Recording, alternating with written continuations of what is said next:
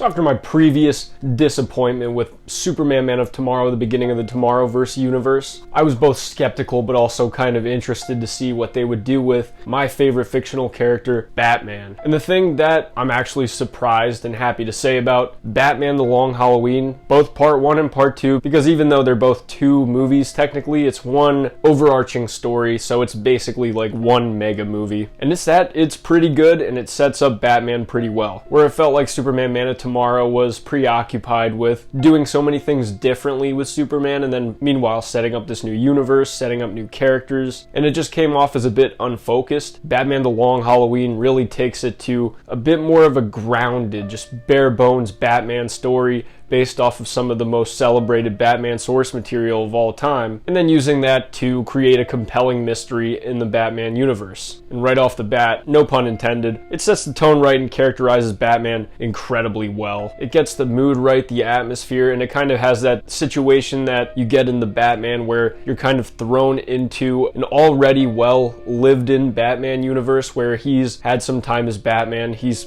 tangled with a lot of villains at this point, and it just makes the world feel a lot more authentically set up than Superman's was in Man of Tomorrow. And it doesn't help that it is based off really well structured material that carried on to the Batman. It really focuses on the main story, which is this murder mystery set in the world of Batman. Focusing on that detective angle, setting up red herrings, suspects, all that good stuff that comes in a great detective Batman story. And I think that they were smart in not having really any ambitions beyond that, at least world building wise. Something too that you also have to take into consideration that Superman Man of Tomorrow is trying to do all these things in 1 hour-and-a-half long movie. This really allows the story to breathe over 3 hours because it is a 2-parter. I think that was the smart way to go because it just allows you to develop these characters, develop these relationships, and show what this version of Batman is like and what he's about. It allowed it to take its time, it allowed it to have these moments that wouldn't have been able to be featured in a movie that was very quick and snappy, just like Man of Tomorrow kind of was, rushing through everything. And you also don't really need a whole lot to understand how these versions of these characters operate in this Gotham. It feels like it definitely is basing itself off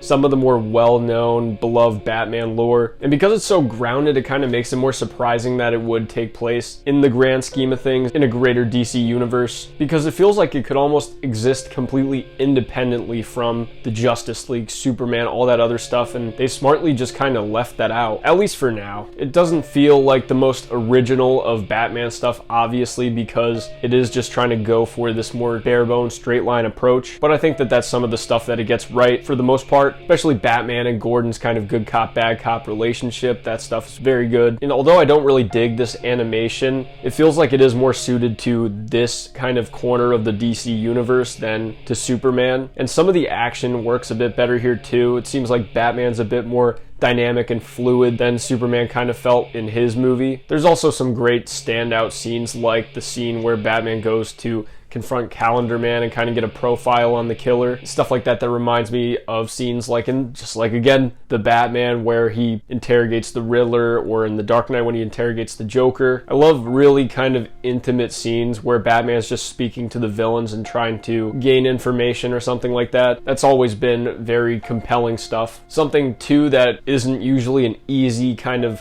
act to pull off is having the Joker in the story as just kind of a piece of it, where he doesn't overshadow everybody and take over the story completely. He does work in the way that he's not domineering everything, and he doesn't take away the focus from what the actual story is about, but he makes for a nice piece in this story, just like the rest of the Batman universe kind of does. It feels like a little bit too much like this actor's trying to just do an impression of Mark Hamill's Joker. That's definitely what he's going for, and instead of making for his own identity as Joker, that's just kind of how it comes off, but that's okay because it works just fine. It's just a little bit distracting, especially when there is the large cracks in his voice where he's going for Hamill Joker and he doesn't quite make it. What's kind of interesting too about this whole 2-parter thing is that it almost feels like part 1 and part 2 are a little bit separated in the fact that part 2 introduces a little bit more of the mystical elements to Batman, or at least go a little bit more out there than the first movie did. Yeah, the first movie had Solomon Grundy, but part 2 really kind of goes full hog with Poison Ivy, Mad Hatter, Scarecrow right out the gate. It's just interesting that they made that creative choice to kind of dip your toes a little bit in the first part and have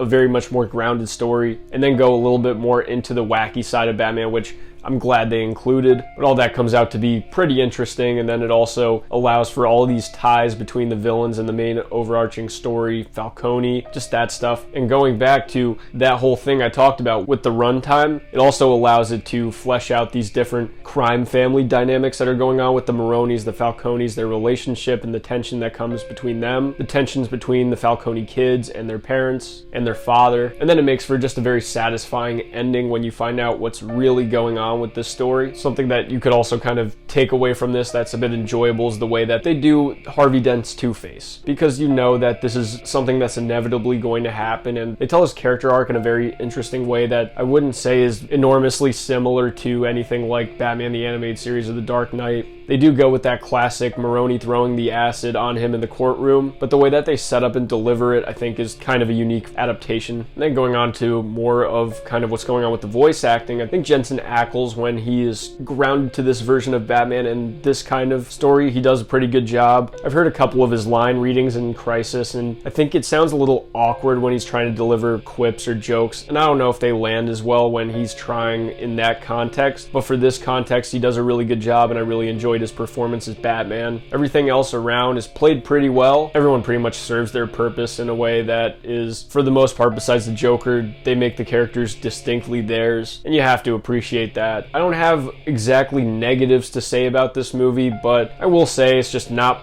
really my favorite. I really don't gravitate towards these set of movies the way that I gravitate towards A Mask of the Phantasm or even a Batman vs. Robin, but it's still a very good, solid establishment of Batman in this universe. After this, I really only have one more movie that I've seen before in this universe before everything's going to be all new to me, and that would be Justice Society World War II. So after that, I am interested to see how Jensen Ackles' Batman continues in this universe. But those are just my thoughts on Batman: The Long Halloween, why it worked better than Superman Man of Tomorrow. Let me know what you guys think in the comments section. I'd love to hear. I'm GM Light. Have a good one.